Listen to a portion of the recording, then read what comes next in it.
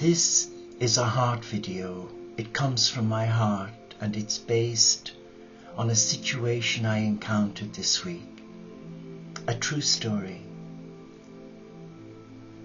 where I became aware of a lovely man of God who had given his life to God as a priest in the church and who connected with the children of God at grassroots level. He felt their pain. He supported them. He reached out to the marginalized,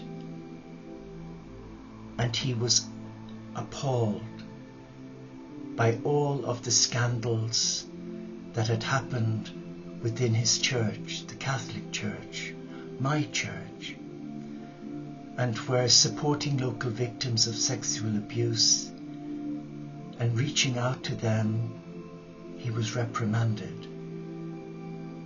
He was authorized to cease his ministry and condemning the church for its atrocities.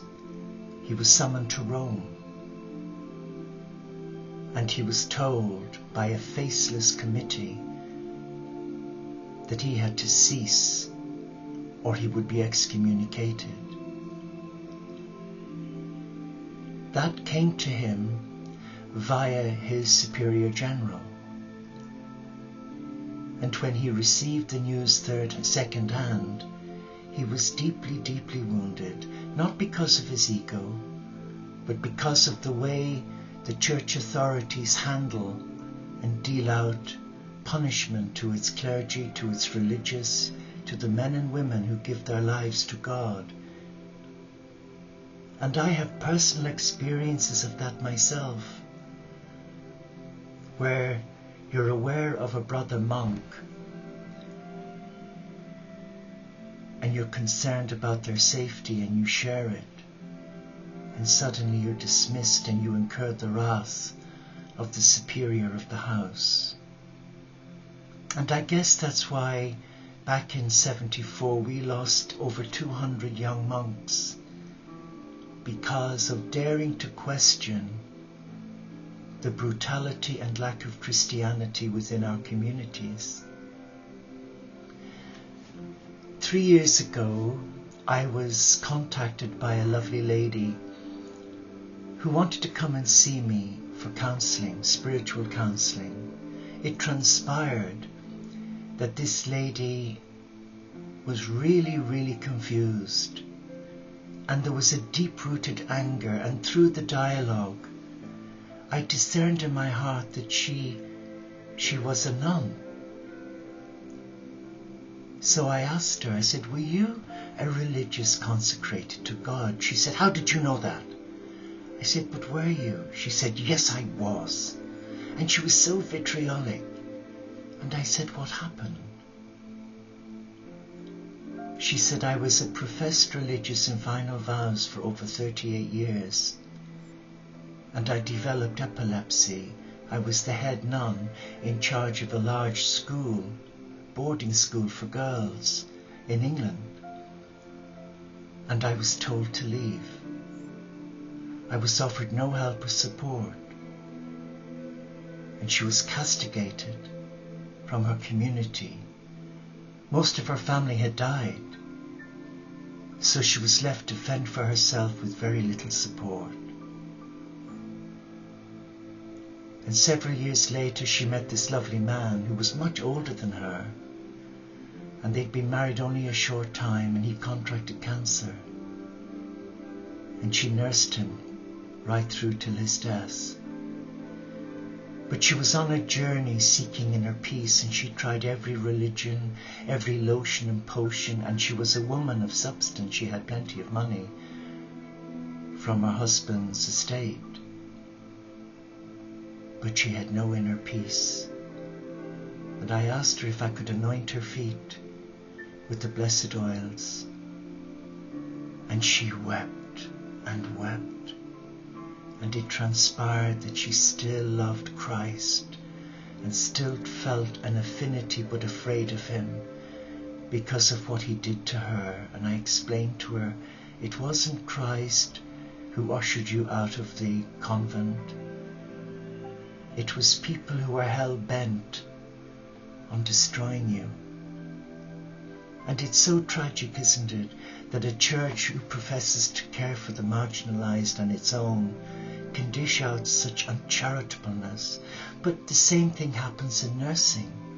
And you find today with all of the professions, teaching, nursing and banking, the valued professions, where people are expected to jump through hula hoops with very little support or praise or recognition.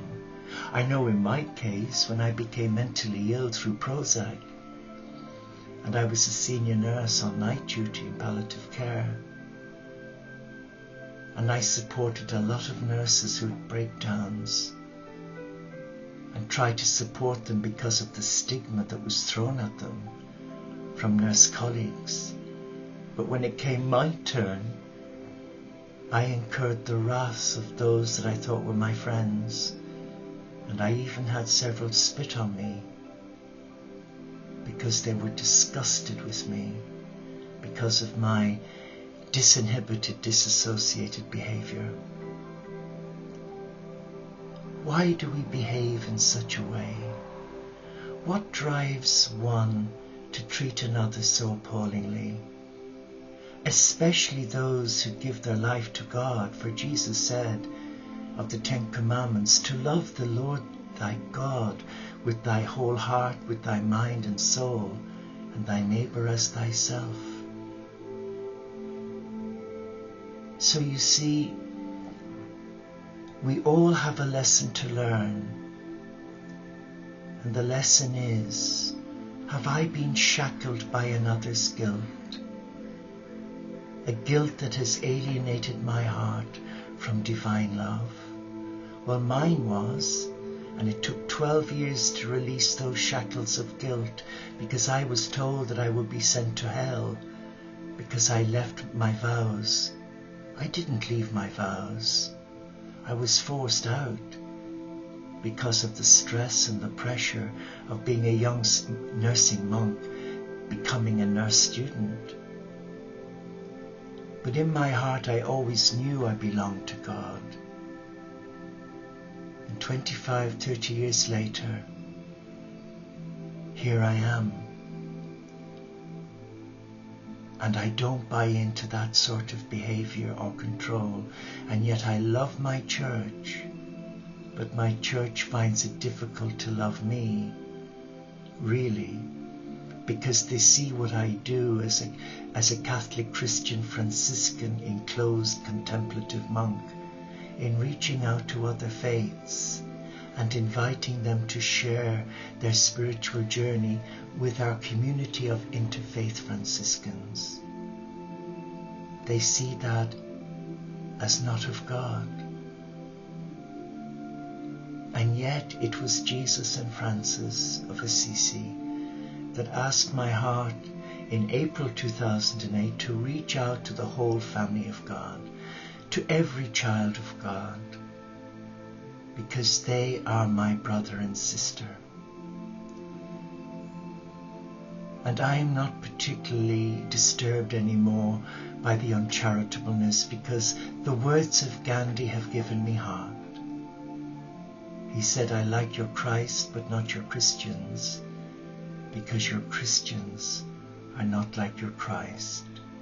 So we must break free from the shackles of guilt and religiosity and find our path. Find our path, take responsibility for it, and let nothing alienate us from that path, especially guilt and fear. And the church that Christ modelled or founded in a way wasn't to be a church of control. It was to be a church that was to become all-encompassing, all-embracing, all-welcoming. So if you have been wounded by religion or church or canon law, whether you're a lay person or a monastic or a priest, a vicar, take heart. God has a plan for each one of us, but it is not to be buried alive in an institution's guilt and lack of love. Be strong. Take back your power and don't lose heart in a loving God, for God is a God of love and who weeps at man's inhumanity to man. So let us celebrate together and let us bless those who've wronged us and let us hand them over to God and begin to live our life in love. Namaste. Shalom inshallah paxet bonum. Om Shanti.